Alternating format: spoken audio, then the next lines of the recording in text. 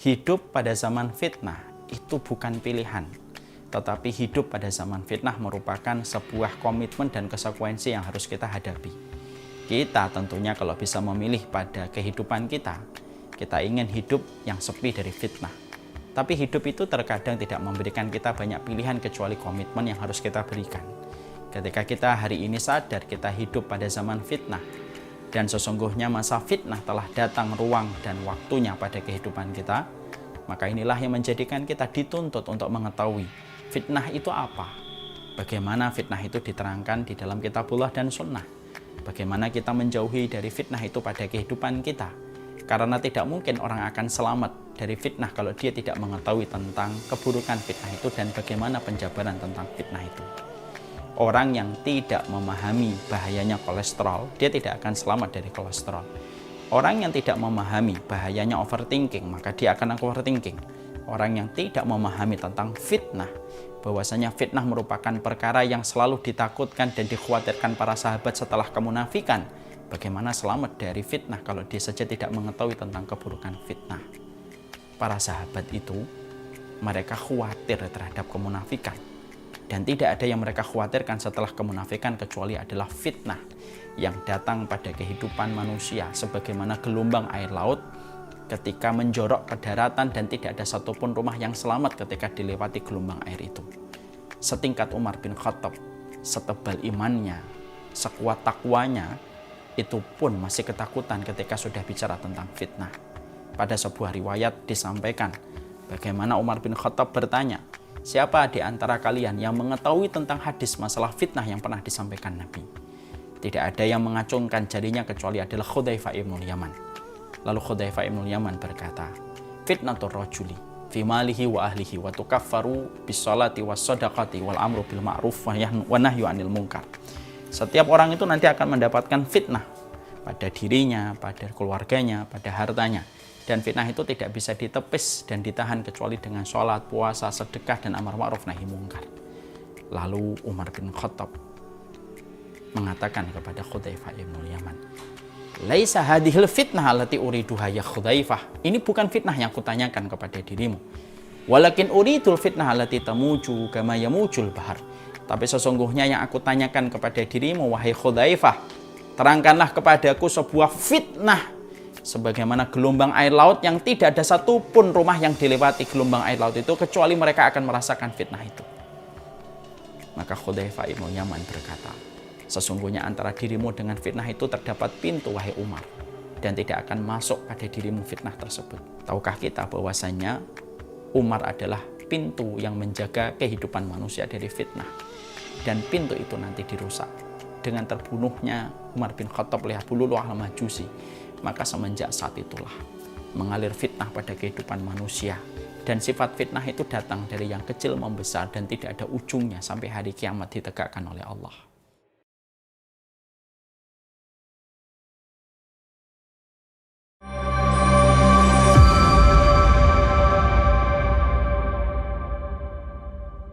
Assalamualaikum warahmatullahi wabarakatuh.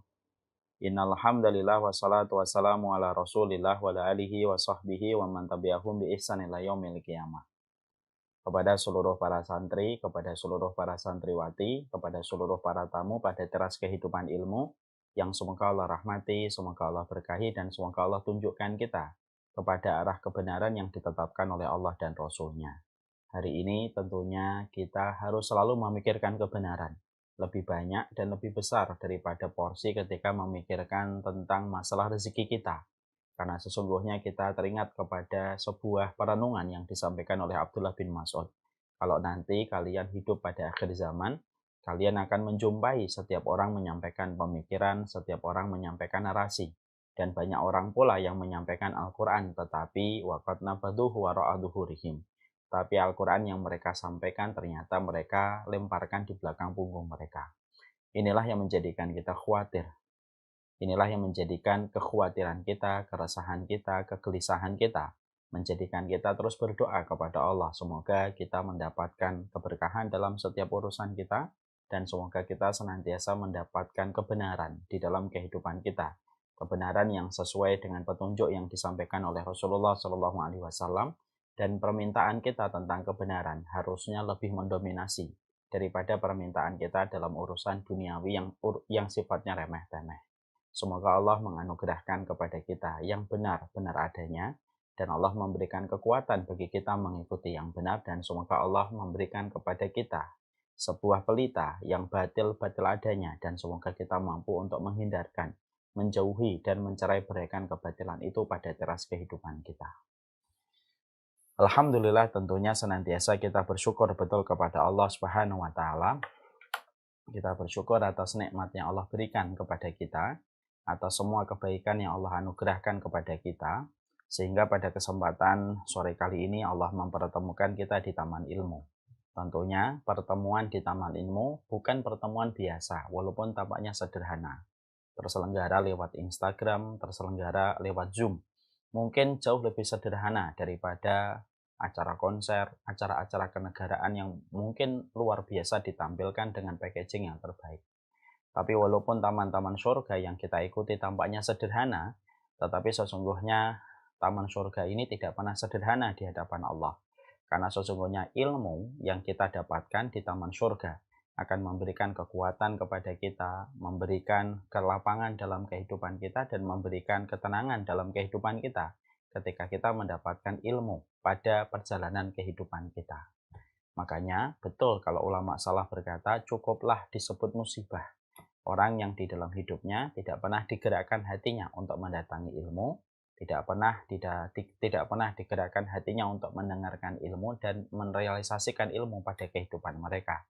Karena sesungguhnya kalaulah bukan karena ilmu, apa kekuatan yang bisa menjadikan kita berjalan pada kehidupan ini? Menghambakan diri kepada Allah, taat kepada Allah kalau kita tidak memiliki ilmu. Karena ilmu merupakan sebuah kekuatan besar pada kehidupan kita. Ini ada sebuah kisah ya, beberapa hari yang lalu saya ikut pada sebuah acara di masjid komplek perumahan saya. Ada salah satu pengurus masjid yang beliau qadarullah terkena stroke hingga 3 kali. Sudah satu kali stroke, kena lagi stroke yang kedua kalinya, 3 kali stroke. Sampai akhirnya beliau down, beliau sempat frustasi, beliau sempat depresi. Kenapa stroke-nya berkali-kali? Sudah membaik, kena stroke kembali. Sudah membaik, kena stroke kembali. Sampai akhirnya ketika beliau merasa bahwasanya kehidupan tampaknya tidak adil untuknya ketika berulang-ulang stroke beliau rasakan, sampai akhirnya beliau down. Pada satu waktu, entah Allah yang menakdirkan, entah bagaimana Allah menakdirkan, beliau mendapatkan video kajian, salah satunya dengan izin Allah video kajian kami tentang ahlul musibah dan ahlul afiyah, yaitu adalah orang yang mendapatkan musibah dengan penyakit bertubi-tubi ketika di dunia, dan ahlul afiyah, orang yang jarang diuji dengan penyakit. Maka ketika di hari kiamat ahlul musibah itu didahulukan di dalam hisabnya, dan ketika mereka dihisab, karena mereka bertubi-tubi mendapatkan penderitaan, mendapatkan sakit yang menjadikan mereka akhirnya tidak tersisa dosa mereka kecuali sedikit, karena sebagian besar dosanya sudah terhapuskan dengan penderitaan dan penyakit yang mereka terima ketika di dunia. Maka ketika dosa mereka yang tersisa hanyalah sedikit, maka Allah memberitahukan kepada malaikat, "U'tuhum salasan," kasihlah mereka 3, khairan, mangzilah, wa afiyah. Berikanlah kepada mereka itu khairan, yaitu adalah surga. Berikanlah kepada dia, ahlul musibah ini, mangzilah, kedudukan yang tinggi. Dan yang ketiga, berikanlah kepada mereka adalah afiyah, kekuatan yang besar untuk menggantikan kelemahan ketika di dunia.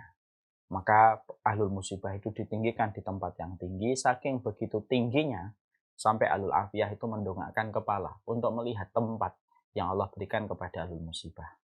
Maka beliau yang sudah 3 kali terkena stroke, yang down, frustasi, depresi, ketika berulang-ulang stroke itu beliau rasakan, ketika mendengarkan kajian itu, maka beliau lapang dadanya.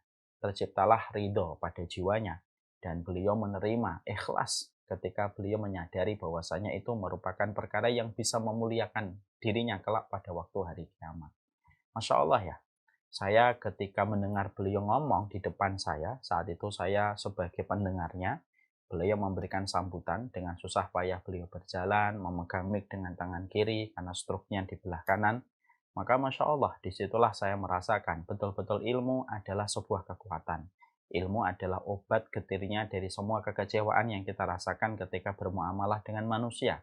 Kalau kita punya ilmu, Maka inilah yang menjadikan kita paham, tidak ada anugerah yang besar yang Allah berikan kepada manusia kecuali anugerah ketika kita diberikan ilmu.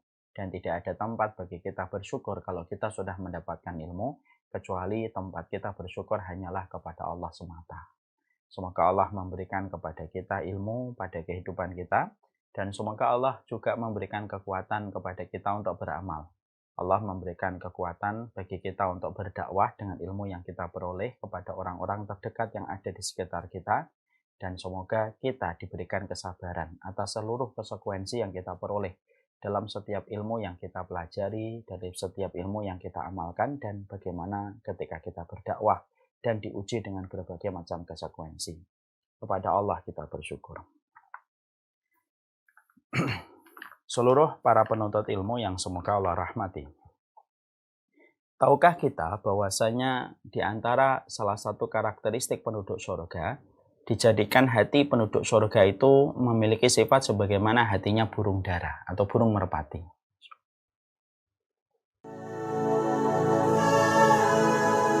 Saya pernah bertemu dengan seseorang yang menceritakan tentang salah satu circle sahabatnya dalam kondisi bergesekan yang luar biasa. Konfliknya begitu banyak, apapun yang meninggalkan Al-Quran, tidak mempelajarinya, kita termasuk pada kategori hamba-hamba Allah. Maka sesungguhnya setelah kita mendengarkan suara qari ini, karena sesungguhnya Islam itu betul-betul menempatkan persamaan dalam setiap anak itu bukan sesuatu yang gampang, terutama ketika mereka kita perintahkan untuk sholat. Kehidupan itu akan menghadapkan kita kepada orang yang kejujuran, yang menjadikan kita akhirnya mengetahui ini wanita apa yang diperbuat sampai setiap keluarganya ketika dimakamkan saya melihat saja. Apalah arti baik secara zahir kalau Allah saja memberikan diskon dan dispensasi selama 1 bulan itu 1 pekan mereka tidak. Inilah dunia. Bagaimana cara kita memahami dunia ini? Lihat doanya Umar bin Khattab. Allah yang mengetahui bahwasanya Nabi Muhammad adalah orang yang paling beriman. Kapan seseorang itu berjalan di atas kaidah Rabbani? Kapan seseorang itu berjalan di atas perbanyak sumpah? Karena orang yang memperbanyak sumpah itu akan mendapatkan. Mereka suka mengatakan la tuhaditsuna illa bil Quran. Ini adalah mobil-mobil limited edition. Harganya 10 kali lipat. Kita rubah narasi menjadi aksi. Mari kita rubah setiap. Kalau merasa tidak tahu, dia tidak akan sombong. Orang kalau merasa tidak tahu, dia selalu menelisik detail.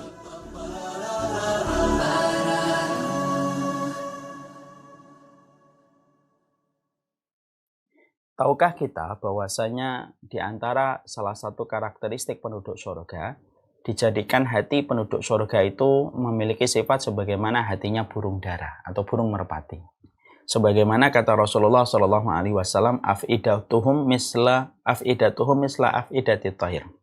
Sesungguhnya penduduk surga ketika mereka memasuki surga, hati mereka itu sebagaimana hatinya burung dara.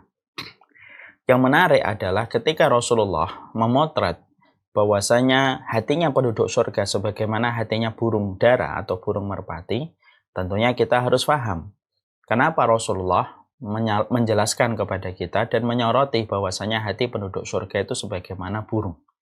Maka para ulama menjelaskan, dari para ulama salaf mengatakan bahwasanya hatinya para penduduk surga itu sebagaimana burung karena beberapa sifat dan karakteristik yang dimiliki oleh hatinya burung. Karakteristik dan keistimewaan burung itu apa? Sampai-sampai penduduk surga hatinya diserupakan dengan hatinya burung. Yang pertama, sesungguhnya burung itu hatinya merupakan hati yang bertawakal kepada Allah. Sebagaimana di dalam satu riwayat diterangkan, taqdu himasan wa taruhu bitonan. Bagaimana burung itu ketika pergi pagi dalam kondisi kosong perutnya dan ketika sore pulang dalam kondisi penuh perutnya. Artinya bahwasanya penduduk surga ketika mereka dulu menjalani kehidupan mereka di dunia adalah orang yang bersahaja pada kehidupan di dunia, memiliki tawakal yang besar kepada Allah Subhanahu wa taala, tidak pernah khawatir terhadap janjinya Allah dan tidak pernah memudar keimanan dia kepada apa yang telah diberitakan oleh Allah dan Rasul-Nya. Ini yang disebut dengan hatinya burung yang tawakal. Keserupaan yang kedua, hatinya burung itu, keistimewaan hatinya burung itu yang kedua, hati burung itu hati yang takut. Makanya burung itu takut ketika kita menggerakkan tangan, ketika ada benda yang bergerak sedikit, ketika ada kerikil yang terbang, maka dia langsung terbang. Dia takut. Karena sesungguhnya begitulah penduduk surga. Penduduk surga itu adalah pemilik hati yang senantiasa berada pada ketakutan kepada Allah. Dia selalu berpikir, apakah ini boleh ataukah tidak? Apakah ini boleh saya ambil ataukah tidak saya ambil? Selalu lahir ketakutan sebelum berkata, selalu lahir ketakutan sebelum berbuat, selalu lahir ketakutan dalam setiap dia bertindak ketika dia khawatir perkara-perkara itu akan mengundang kemurkaan Allah kepada dirinya. Sehingga dia memiliki ketakutan sebagaimana mudahnya burung untuk takut terhadap satu gerakan, terhadap satu lemparan, terhadap satu perubahan objek benda, maka benda langsung burungnya itu terbang. Karena rasa takut yang dimiliki oleh burung. Itu keserupaan yang kedua. Keserupaan yang ketiga, bahwasanya burung itu apa? Lembut. Hatinya lembut. Karena sesungguhnya burung itu lembut sekali. Ketika burung itu sudah jinak kepada seseorang, maka dia lembut. Dia mendekat, diusap, maka dia begitu lembutnya. Maka sesungguhnya itu pula yang kita harus soroti, bahwasanya para penempuh surga itu adalah mereka yang berhati lembut. Hati mereka ketika begitu lembutnya, maka sesungguhnya lembutnya hati penduduk surga sebagaimana lembutnya burung ketika mereka memiliki keistimewaan dengan kelembutan hatinya. Kita di dalam prolog, di dalam mukadimah kita hari ini, inilah yang menjadikan kita harus paham. Berarti ketika kita menginginkan surga dan menjadikan surga itu obsesi terbesar pada kehidupan kita, berarti kita memiliki tugas yang sama. Bagaimana hati kita ini harus memiliki hati sebagaimana burung. Hati kita menjadi hati yang tawakal ketika memandang dunia, jangan berlebihan, janganlah kita tidak merasa yakin dengan apa yang dijanjikan oleh Allah. Jangan takut menjadi kekurangan ketika kita adalah hamba dari Zat yang Maha Kaya. Maka itu yang kita harus sering tanamkan, terutama ketika kita dihidup pada zaman materialisme. Ingat, kecukupan itu bukan terletak pada angka deret, tetapi kecukupan itu terletak pada apa yang Allah berikan kepada hamba yang Allah pilih untuk menjadi orang yang cukup. Karena cukup itu merupakan sebuah hasil dari sebuah proses seorang hamba untuk berharap hanya kepada Allah. Yang kedua, kita tentunya berharap supaya kita memiliki ketakutan kita kepada Allah. Dari ketakutan itulah yang menjadikan kita menahan dari dosa. Dan yang ketiga, tentunya kita berusaha betul. Bagaimana hati kita bisa menjadi lembut sebagaimana lembutnya burung ketika mereka disifati sebagai hati penduduk surga. Nah, itulah yang menjadikan kita akhirnya memahami itu merupakan salah satu irisan, sebuah motivasi. Kenapa kita harus mempelajari tazkiyatun nafs, Ustaz? Supaya hati kita lembut. Supaya hati kita lembut. Lembut itu bukan berarti menafikan ketegasan, terutama kepada mereka yang melampaui batas. Tetap kita harus tegas kepada mereka yang melampaui batas. Tapi kelembutan itu harus mendominasi kehidupan kita. Orang yang lembut bukan berarti mereka tidak pernah tegas. Orang yang lembut bukan berarti dia tidak pernah keras. Orang yang lembut itu mereka adalah orang manusia biasa, terkadang keras, terkadang tegas kepada sesuatu yang berlebihan. Tetapi kelembutan itu mendominasi kehidupan mereka. Dan ketika kita ingin supaya hati kita disifati sebagaimana hatinya penduduk surga, kita harus melembutkan hati kita. Dan untuk melembutkan hati kita, salah satunya kita harus paham tentang tazkiyatun nafs, metode keilmuan dari rumpun ilmu yang diwariskan oleh Nabi, diwariskan oleh para sahabat untuk kita pelajari supaya kita mampu memberikan maintenance, memberikan perawatan, memberikan perbaikan kepada hati kita supaya hati kita menjadi hati yang lembut sebagaimana hati yang diridhoi oleh Allah Subhanahu wa taala. Nah, inilah yang menjadikan kita memahami tentang pentingnya sebuah kelembutan di dalam kehidupan kita menghambakan diri kepada Allah. Inilah yang menjadikan kita mempelajari materi tazkiyatun nafs. Sekarang mari kita buka materi tazkiyatun nafs halaman yang ke-32. Di sini disebutkan bahwasanya setelah kita mengetahui bagaimana indikator hati yang sehat, dan tentunya kita sudah belajar bahwasanya hati pada kondisi sehat dan sakitnya terbagi menjadi 3. Ada hati yang sakit, ada hati yang sehat, ada hati yang mati, dan ada hati yang sakit. Dan tentunya kita sudah mempelajari satu persatu bagaimana indikator hati yang sehat. Kita tinggal meraba, kita mendiagnosa pada diri kita, apakah diri kita termasuk pemilik hati yang sehat ataukah tidak. Dan tentunya kita sudah mempelajari itu cukup panjang. Beberapa kali pertemuan membahas tentang indikator hati yang sehat. Kita pada kesempatan hari ini akan mempelajari tentang hati yang sakit. Ini tentunya juga kita harus pelajari dan harus kita mengerti. Tentang hati yang sakit itu indikatornya bagaimana? Karena apa? Karena kita tidak mungkin mendapatkan kebaikan kalau kita tidak mengetahui keburukan. Alim tusyarra la lisyarri walakin litawaqqihi. Aku mempelajari keburukan bukan untuk mengamalkan, tetapi aku mempelajari keburukan supaya aku mampu menjaga diriku dari keburukan itu. Kita kalau ingin hidup sehat, bukan hanya memperhatikan pola makan sehat, tapi ketika kita sehat, maka kita harus memperhatikan. Maka kita harus memperhatikan apa pantangan-pantangan yang harus kita tinggalkan, supaya kita betul-betul mengetahui keburukan pantangan itu untuk tidak konsumsi, supaya hidup kita sehat. Sama, ketika kita baru membicarakan tentang hati yang sehat, kita juga harus membicarakan hati yang sakit. Bagaimana indikatornya, bagaimana penjabaran, penjelasan dari baginda Nabi Shallallahu Alaihi Wasallam tentang hati yang sakit, supaya kita mampu meraba, kita mampu mendiagnosa. Kalau hati saya bukan terkategori hati yang sehat, apakah hati saya terkategori hati yang sakit? Ini penting. Karena dengan mengetahui positioning hati kita dan bagaimana kondisi hati kita, kita bisa untuk mengatur langkah kehidupan kita. Contoh.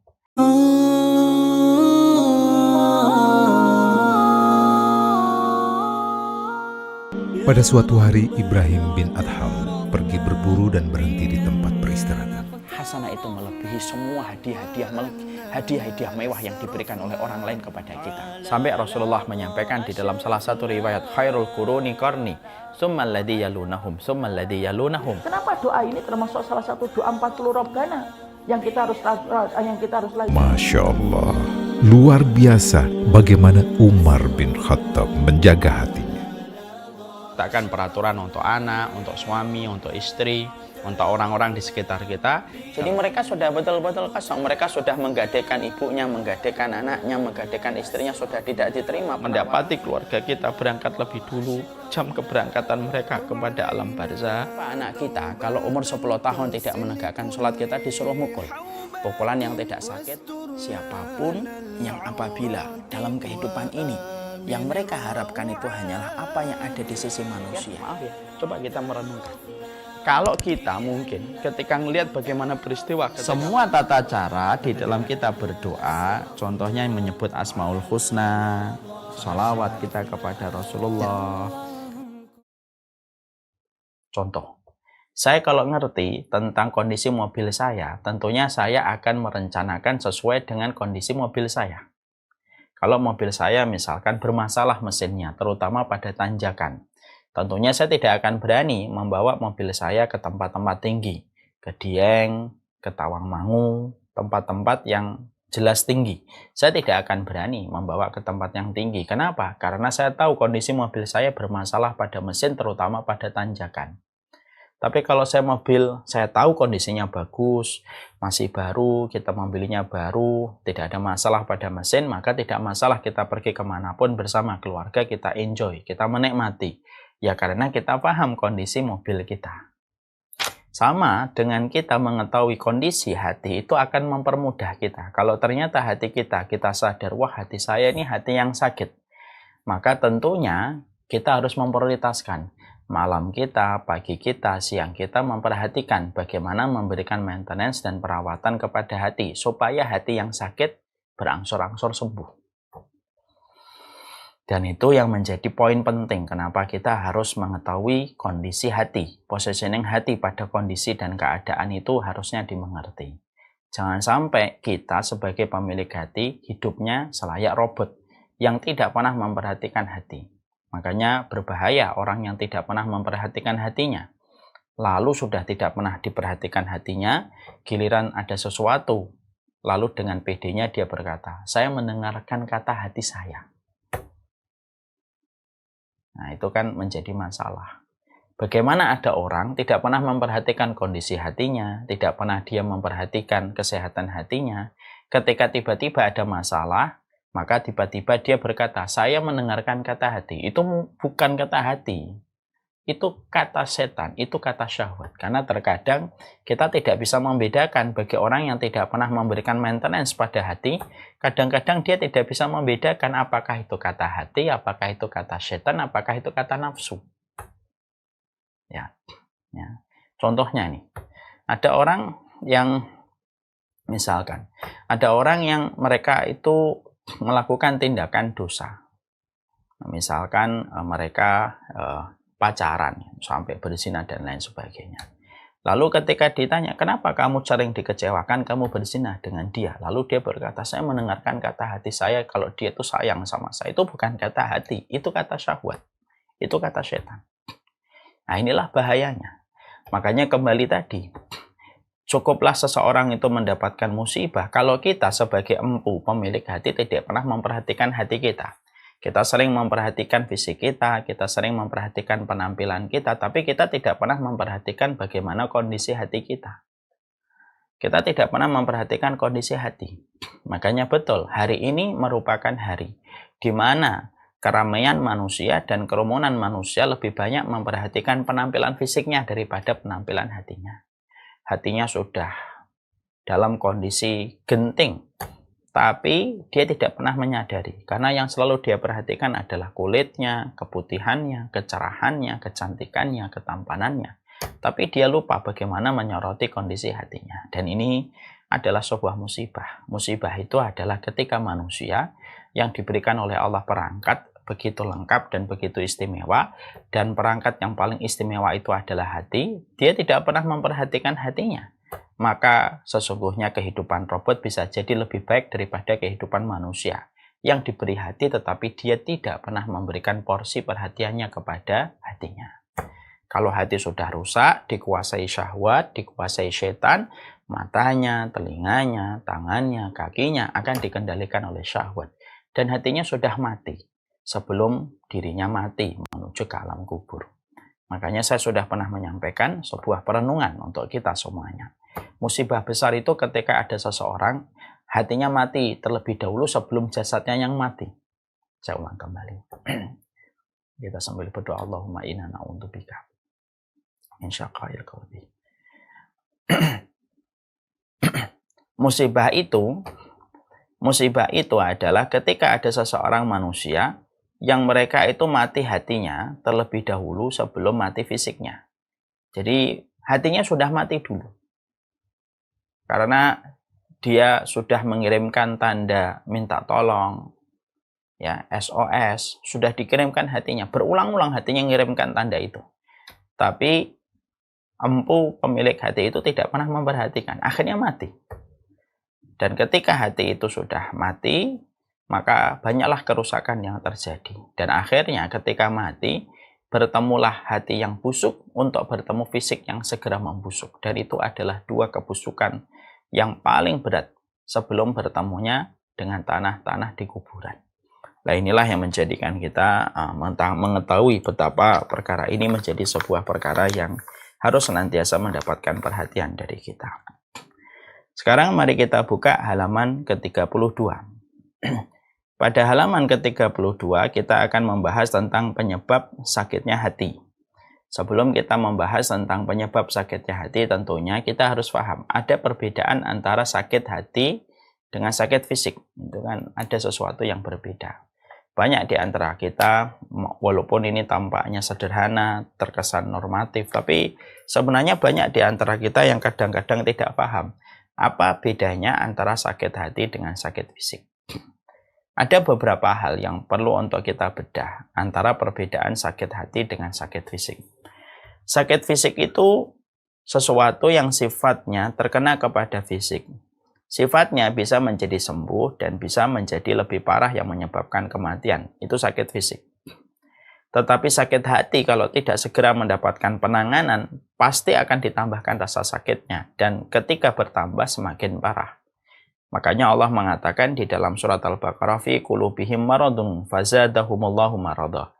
Di hatinya orang munafik itu, di hatinya ada penyakit. Dan Allah menambahkan terus penyakit-penyakit itu. Jadi orang yang lalai untuk memperhatikan hatinya, sampai hatinya berkarakter sebagaimana karakternya orang munafik. Hati yang berkarakter munafik itu kalau sakit, maka ditambahkan sakitnya. Makanya kadang-kadang kita mendapati ya, sepak terjang ada seseorang yang mengaku dirinya muslim dengan berbagai macam karakternya dia ketika membenci Islam, membenci kebenaran, hanya mengejar duit, hanya mengejar jabatan. Kadang-kadang kita berpikir, kok gitu amat ya jadi manusia? Maka setelah kita mengetahui itu terus saja bertambah lebih parah, bertambah lebih parah.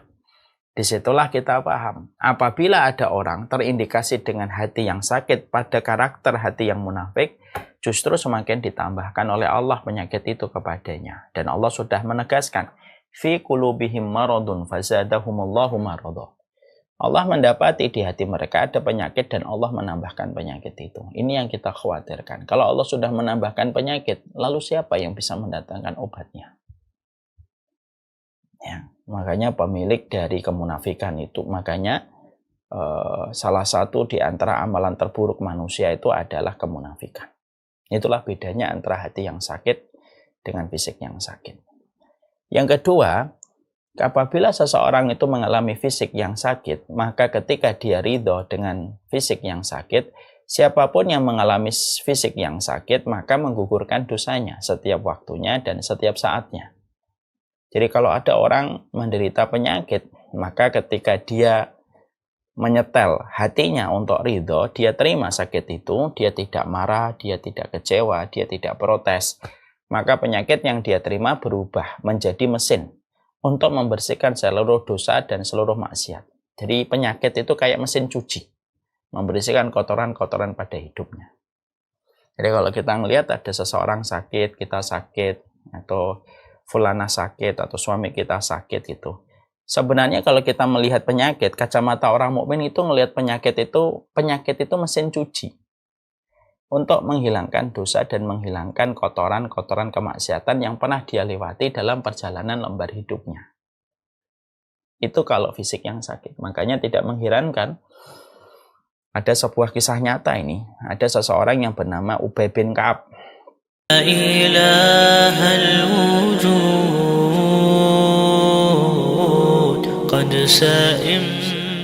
Jauhkanlah orang ini dari neraka ya Allah.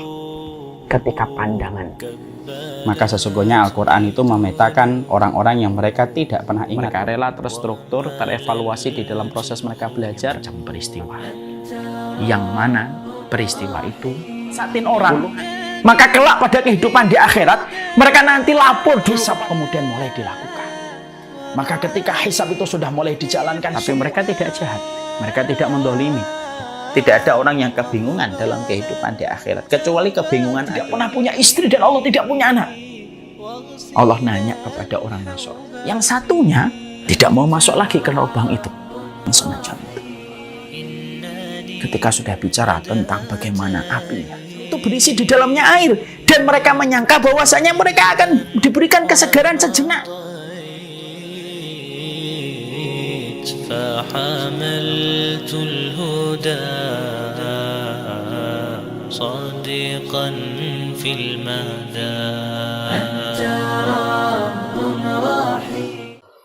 Ada sebuah kisah nyata ini. Ada seseorang yang bernama Ubay bin Ka'ab. Ubay bin Ka'ab ini seorang sahabat Nabi.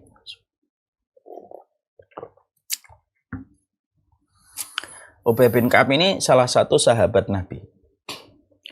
Maka dia atau beliau pernah mendengar sebuah sabda Rasulullah Shallallahu Alaihi Wasallam, la tasubbul humma, fa innal humma yukaffirus sayyi'at. Jangan mencela penyakit demam. Penyakit demam itu menggugurkan dosa. Ketika Ubay bin Ka'ab mendengar ucapan ini dari Rasulullah Shallallahu Alaihi Wasallam bahwasanya penyakit demam menggugurkan dosa, maka langsung Ubay bin Ka'ab memohon kepada Allah dengan permohonan yang unik, permohonan yang tidak wajar di kacamata awam orang biasa kayak kita. Apa yang diminta oleh Ubay bin Ka'ab? Ya Allah, kalau memang demam itu menggugurkan dosa, maka berikanlah dan timpakanlah kepada diriku demam. Demam yang tidak memberatkan, demam yang tidak menyulitkan aku, demam yang aku harapkan menggugurkan dosaku. Maka ketika Ubay bin Ka'ab berdoa dengan doa itu dikabulkan oleh Allah. Dikabulkan oleh Allah Subhanahu wa taala. Akhirnya Ubay bin Ka'ab menjadi sahabat semenjak dia berdoa dengan doa itu, semenjak sore beliau demam sampai pagi. Maka ketika pagi demamnya turun. Dia bekerja, beraktivitas bagaimana biasanya. Kalau menjelang matahari tenggelam, demam lagi sampai pagi matahari terbit. Sampai beliau meninggal dunia. Itu menunjukkan kepada kita bahwasanya kalau fisik yang sakit, sesungguhnya fisik yang sakit itu melihatnya penyakit itu mesin cuci. Mesin cucinya orang beriman itu ya penyakit yang dia peroleh dan ujian yang dia dapatkan. Jadi kalau ada orang kok dia mendapati sakit, Allah sedang mengirimkan mesin cuci akhirat untuk dia supaya dalam kehidupan di akhirat dia tidak terlalu banyak mencuci dosanya dengan api neraka karena sudah tercuci dengan seluruh penderitaan penyakit yang dia terima ketika di dunia. Ya. Beda dengan hati yang sakit. Hati yang sakit itu justru menambah kehinaan di sisi Allah. Walahum adzabun muhin. Mereka mendapatkan adab yang menghinakan. Jadi ketika ada orang kok sakit hatinya, maka semakin lama hatinya sakit, maka semakin menghinakan dirinya di hadapan Allah. Dan itu berbeda dengan orang yang apabila mendapatkan sakit pada fisiknya. Yang ketiga, yang paling nampak perbedaan antara hati yang sakit dan fisik yang sakit, maka fisik yang sakit itu menyebabkan kita tidak doyan untuk mengkonsumsi banyak makanan. Orang kalau sedang sakit itu ya tidak doyan makan, nggak doyan minum, nggak doyan apapun. Bahkan makanan favoritnya pun akan dia tolak ketika dia lagi sakit karena fisiknya sakit. Maka beda dengan hati yang sakit. Hati yang sakit itu menyebabkan seluruh ketaatan itu menjadi hambar, seluruh ibadah itu menjadi berat. Ketika seseorang itu pada kondisi hatinya sedang sakit. Qiraah Quran menjadi sulit, sholat berjamaah menjadi berat, khidmah kepada suami menjadi sukar, baik kepada istri menjadi beban. Itu semuanya akan dirasakan ketika orang itu hatinya sakit.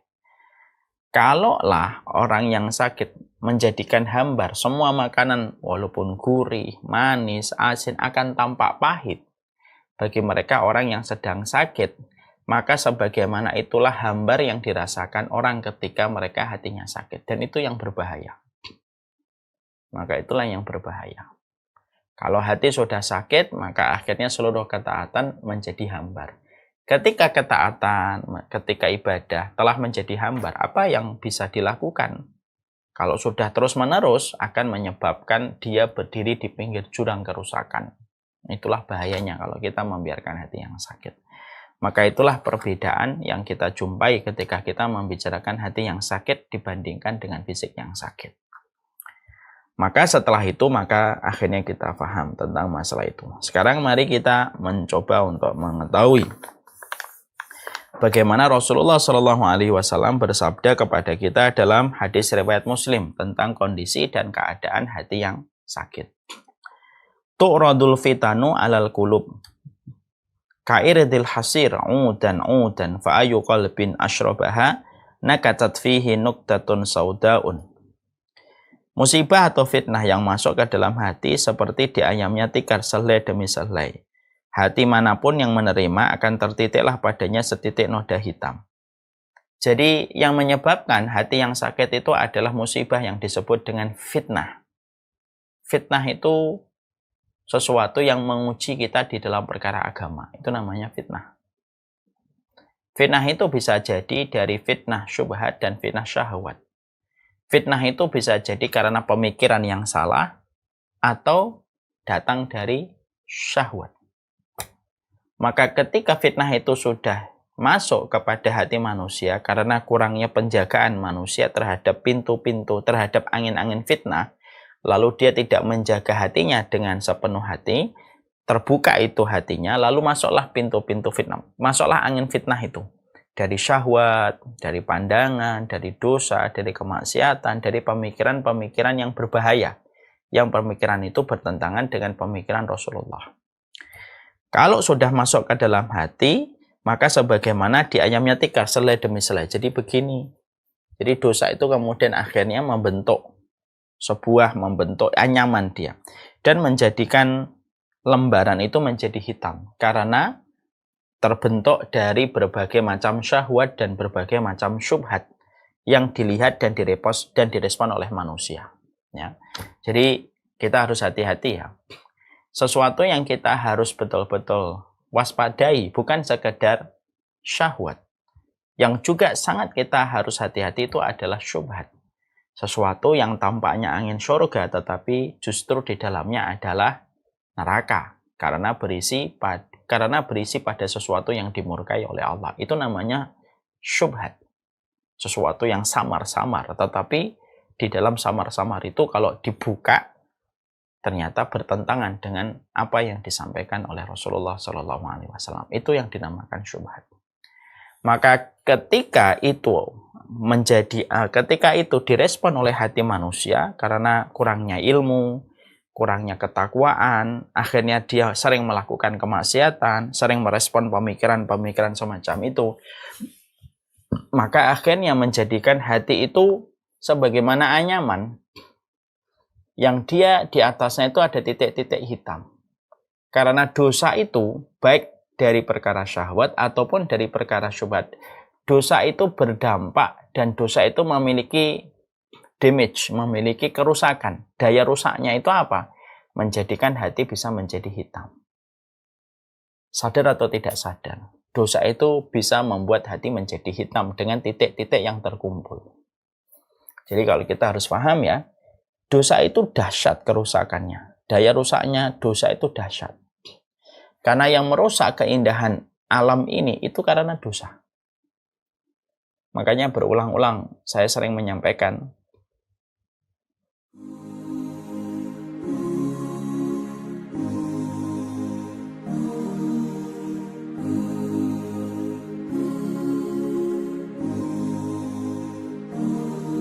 بين الرجاء والخوف قلبي طائر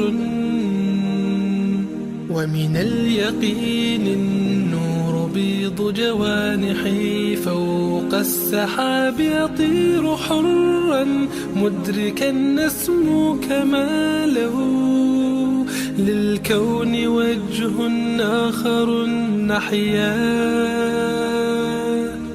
أنا صنعة أوجدتها يا باري وملكت فيها معصم الإيمان للحق والعدل التواصي بالجمال عبادة حسن التأمل بالإله وصال كالجمال يرى ويطلب نبعه كالقرب حين دعاء تداعب طفلها وتضمه أملا كما حاجاتنا منا إليك نريد يا الله.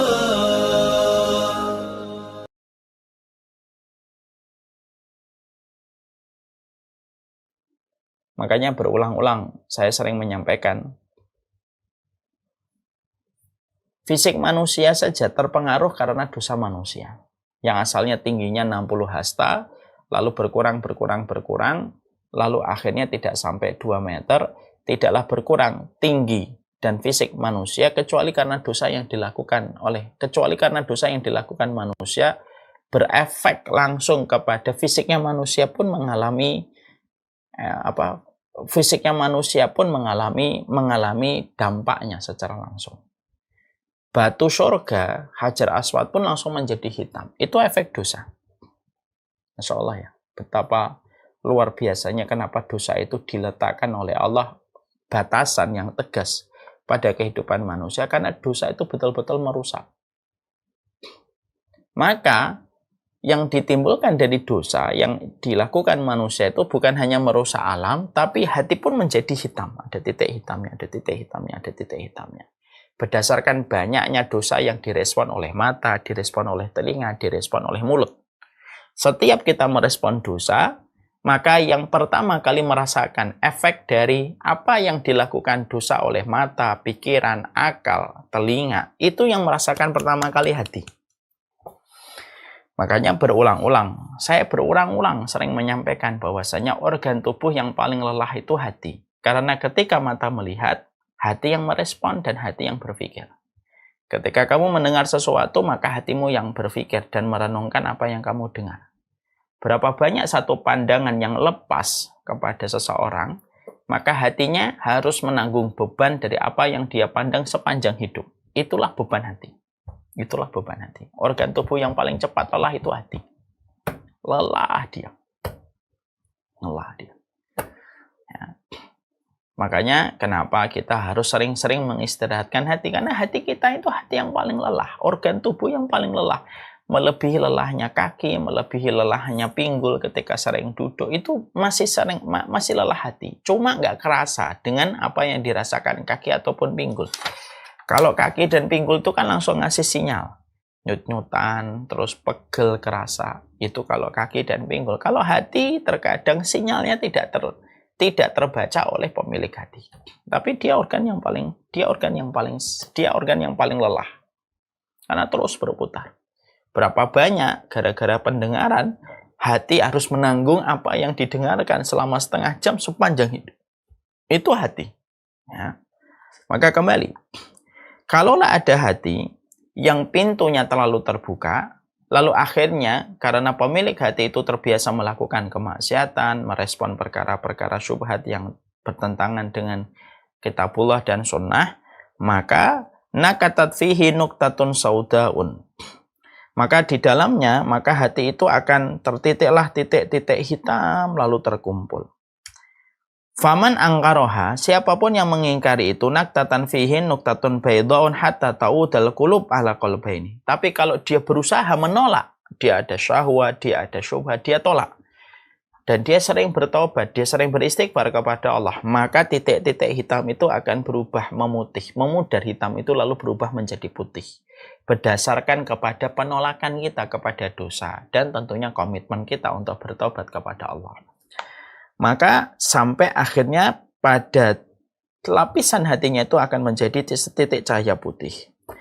Lalu hatta ta'udal qulub ala qalbaini, maka sesungguhnya hati nanti akan terbagi menjadi dua. Jadi hatinya manusia itu berdasarkan kepada respon kepada dosa dan syubhat, maka sesungguhnya hati manusia itu ada dua. Yang pertama qalbun aswadun marbaun kalgus mukhadmu. Maka yang pertama adalah hati yang hitam legam, cekung seperti gayung yang terbalik. Seperti lihat penggorengan yang dibalik. Ada hati yang semacam itu. Dia tidak mengenal kebaikan dan tidak pula mengingkari kemungkaran. Jadi kalau dia sudah terbiasa dosa, maka akhirnya hatinya menjadi betul-betul hitam. Kalau sudah betul-betul hitam, dia tidak tahu kebaikan, dia tidak tahu kebenaran, dia tidak pernah mengingkari kemungkaran. Karena untuk mengenali kemungkaran, karena untuk memberikan pengingkaran kepada kemungkaran, mengenali kebaikan dan kebenaran itu harus pakai hati yang bersih. Lah hatinya ini tertutup. Ya ibaratnya kayak handphone kita, alat sinyalnya itu lagi kotor. Dan itu berpengaruh kan. Misalnya kita mendapati router, lalu sedang bermasalah, maka akhirnya dia tidak bisa menangkap sinyal. Maka kalau hati itu sudah kotor, sebagaimana kata Rasulullah, kalau hatinya sudah kotor, aswad marba, kalau dia sudah hitam legam, kayak panci yang terbalik, kalau sudah hitam legam, konsekuensinya dia tidak pernah mengenali kebaikan. Dia tidak bisa mengingkari kemungkaran. Makanya terkadang kita mendapati ada seorang manusia, hanya untuk membedakan baik dan buruk saja tidak bisa. Belum membedakan antara benar dan salah, yang tentunya lebih rumit. Karena yang lebih gampang itu memahami ini baik, ini buruk. Itu sudah tidak bisa. Apalagi memahami yang benar dan salah. Yang hak dengan yang batil lebih sulit. Kenapa kok dia tidak bisa mengenali kalau ini tuh salah? Karena hatinya sudah hitam. Ibaratnya sinyal, alat sinyalnya sedang rusak. Walaupun casingnya sedang dalam kondisi bagus. Mungkin casingnya bagus. Tapi di sininya rusak. Untuk menerima sinyal itu rusak. Hati manusia itu kayak penerima sinyal ini. Ketika penerima ini rusak, maka akhirnya tidak bisa menerima Tidak bisa menerima pelita yang datang dari Allah. Ini baik, ini buruk, ini hak, ini batil, ini salah, ini benar, ini baik, ini buruk. Udah nggak bisa dia. Karena rusak, terlalu hitam. Makanya ada orang yang mereka itu kalau sudah parah, orang yang parah melakukan dosa itu apa? Orang yang parah ketika melakukan dosa datang dari hati yang sudah menghitam. Orang yang parah ketika melakukan dosa itu adalah orang yang melakukan dosa tetapi tidak pernah menyadari kalau apa yang dia perbuat dosa. Itu sudah parah berarti. Ya. Orang melakukan dosa tapi dia sudah tidak merasa berdosa karena lingkungan membenarkan. Dia mendapatkan dukungan, dia mendapatkan loyalitas, dia mendapatkan tepuk tangan. Maka semua perkara itu dari apa yang dilakukan oleh dosa itu semakin menjadikan hatinya menghitam legam. Hitam legam sampai setitik putih pun sudah tidak ada. Ada nggak orang yang homo karena dia mendapatkan tepuk tangan, mendapatkan riuhnya orang memuji, mengatakan dia orangnya tidak fake, orangnya betul-betul tidak munafik apa adanya. Yang itu sebenarnya kata-kata setan sebenarnya supaya orang itu terus berbuat dosa dan kemaksiatan. Akhirnya dia tidak lagi merasa bahwasanya perbuatan yang dia lakukan itu salah. Yang akan dilakukan oleh hati kalau sudah hitam itu apa? Mencari pembenaran atas hitamnya dosa yang dia kerjakan. Masya Allah ya penjelasan Nabi. Kena betul. Masya Allah penjelasan Rasulullah ini. Maka kalau sudah hitam semacam itu tidak bisa diapa-apain sudah. Walaupun tetap mereka menjadi objek dakwah.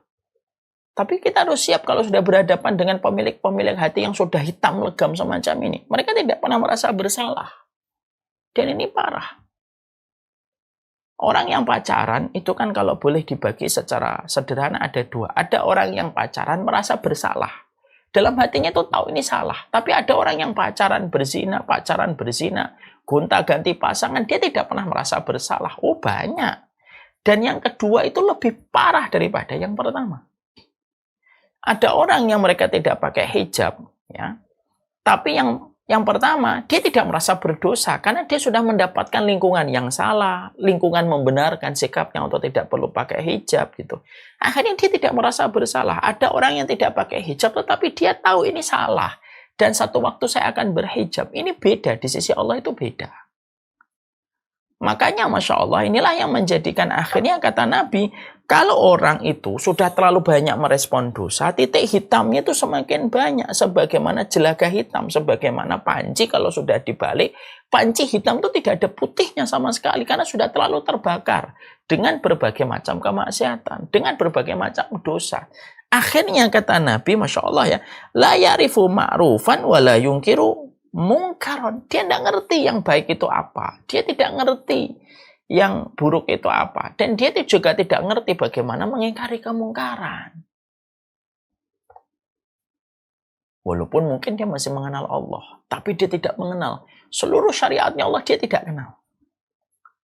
Seluruh syariatnya dia Allah tidak kenal. Dia kenal Allah tapi tidak mengenal syariatnya. Baik, benar, nggak paham. Baik, buruk, nggak ngerti. Hak, batil, nggak paham.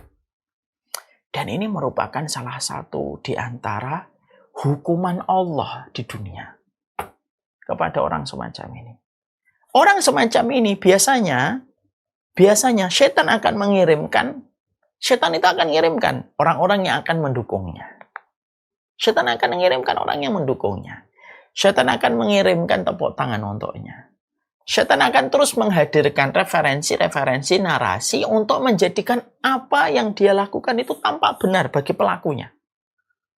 Orang yang homo, orang yang lesbian, apakah semuanya merasa berdosa? Ada yang merasa berdosa, berusaha untuk bangkit, berusaha untuk kembali ke track yang benar. Tapi tidak sedikit banyak orang yang mereka ketika melakukan homo, ketika melakukan lesbian, ternyata mereka merasa baik-baik saja. Kenapa? Banyaknya tepuk tangan yang mereka peroleh dan banyaknya loyalitas atau banyaknya dukungan yang diberikan kepadanya. Tanpa disadari itu dibuat oleh setan. Supaya dia semakin tenggelam dengan dosanya. Itu kalau sudah hati menjadi hitam. Dan akhirnya menjadi parah. Kalau sudah semacam itu menjadi parah. Kemudian kata Nabi, Adapun yang lainnya, wa qalbun abiyad la tadurruhu fitnah ma damatis samawati wal ardu. Dan ada hati yang putih yang terus digosok dengan berbagai macam penjagaan. Kalau berbuat dosa, beristighfar selalu, mendapatkan terus menambah ilmunya supaya dia mampu menepis yang syubhat pada kehidupan dia, menghambakan diri kepada Allah, maka tidak akan membahayakan fitnah apapun selama berputarnya atau selama langit dan bumi masih ada. Nah, disinilah kita akhirnya memahami betul, itulah manusia. Jadi kita ini mendapati ada dua. Jadi Nabi itu secara sederhana mengklasifikasikan hati manusia itu ada dua. Ada hati, pemilik hati, setiap dia berbuat dosa atau dia mendengar sesuatu yang bertentangan dengan apa yang diajarkan Nabi, maka dia cepat tersadar. Langsung dia bergegas untuk beristighfar, langsung dia bergegas untuk membersihkan, supaya permukaan hatinya tetap bersih. Ada yang sebaliknya, ada orang yang mereka itu memiliki hati itu cuek dan terus merespon dosa, merespon terus fitnah, merespon apapun, dan dia merasa tahu. Tidak pernah ngaji, tidak pernah meningkatkan pemahaman dia terhadap sunnah, tidak pernah paham tentang kebenaran yang diusung oleh kitabullah dan sunnah. Dia selalu merasa benar, merasa pintar terus. Dia selalu merasa pintar, merasa tahu dalam segala perkara. Nah, ini yang berbahaya. Maka ketika sudah semacam itu, maka akhirnya inilah yang menjadikan akhirnya hati itu bisa menjadi berantakan. Hati yang sakit sangat berpotensi menyebabkan matinya hati. Makanya ketika hati kita sudah tahu semacam ini, berarti kita harus mulai memahami. Kita sudah mulai mengkerucut. Kalau hati terbagi menjadi dua, ada hati yang sensitif terhadap dosa, terhadap perkara yang salah. Ada hati yang tidak sensitif terhadap dosa dan terhadap sebuah kesalahan. Kita tentunya ingin yang pertama. Lalu kemudian apa yang harus kita waspadai? Supaya yang masuk kepada hati kita itu tidak berubah menjadi polusi dan radiasi. Disitulah nanti kemudian para ulama lalu membahas ada 4 racun hati itu yang harus betul-betul kita perhatikan. 4 racun hati ini kalau tidak kita sikapi dengan baik, maka radiasi dan polusi akan didapatkan hati kita setiap waktu, setiap saat tanpa kita sadari. Dan ingat, para ulama sudah memberikan sebuah peringatan baik kepada kita. Hidup pada zaman fitnah, salah satu konsekuensinya, kamu akan mendapatkan radiasi dan polusi yang jauh lebih banyak daripada orang yang tidak hidup pada zaman fitnah. Dan kita hidup pada zaman fitnah. Apa 4 racun hati itu? Nah, inilah yang akan menjadi pembahasan kita pada pertemuan kita berikutnya.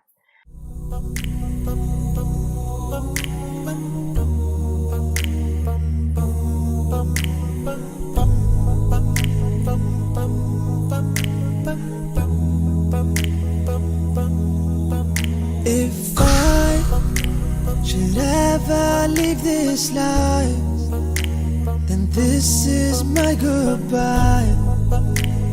No, I will always love you, and I won't ever leave your side. Please know that I did my best, and I've been nothing but blessed. I pray that we meet again in our new address. Oh yes, in heaven, with you every second, in the Prophet's presence. So take this moment to